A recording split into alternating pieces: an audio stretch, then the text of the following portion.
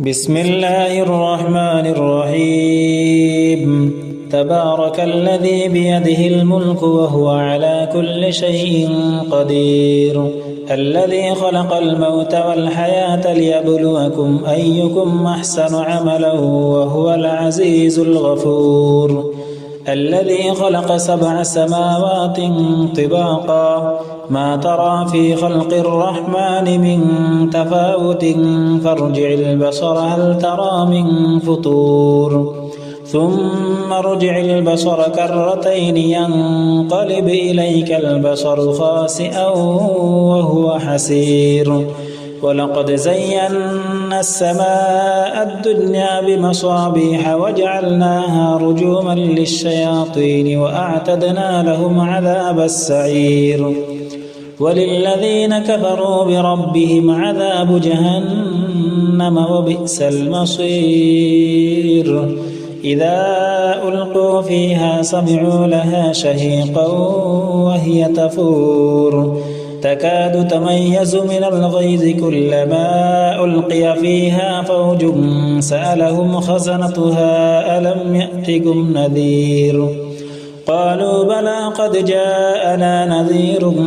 فكذبنا وقلنا ما نزل الله من شيء إن أنتم إلا في ضلال كبير وقالوا لو كنا نسمع أو نعقل ما كنا في أصحاب السعير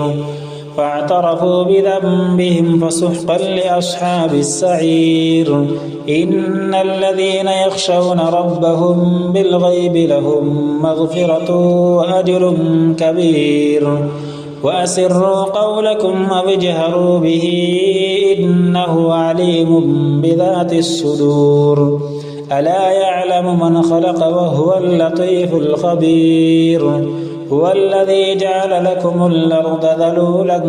فامشوا في مناكبها وكلوا من رزقه وإليه النشور أأمنتم من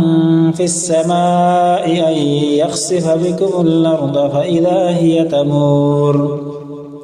أم أمنتم من في السماء أن يرسل عليكم حاصبا فستعلمون كيف نذير ولقد كذب الذين من قبلهم فكيف كان نكير أولم يروا إلى الطير فوقهم صافات ويقبضن ما يمسكهن إلا الرحمن إنه بكل شيء بصير أمن هذا الذي هو جند لكم ينصركم من دون الرحمن إن الكافرون إلا في غرور أمن هذا الذي يرزقكم إن أمسك رزقه بل لجوا في عتو ونفور أفمن يمشي مكبا على وجهه أهدى أمن يمشي سويا على صراط مستقيم قل هو الذي أنشأكم وجعل لكم السمع والأبصار والأفئدة قليلا ما تشكرون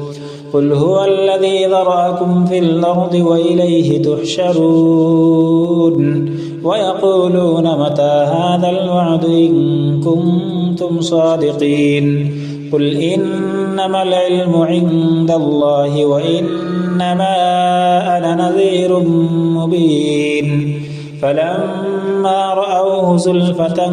سيئت وجوه الذين كفروا وقيل هذا الذي كنتم به تدعون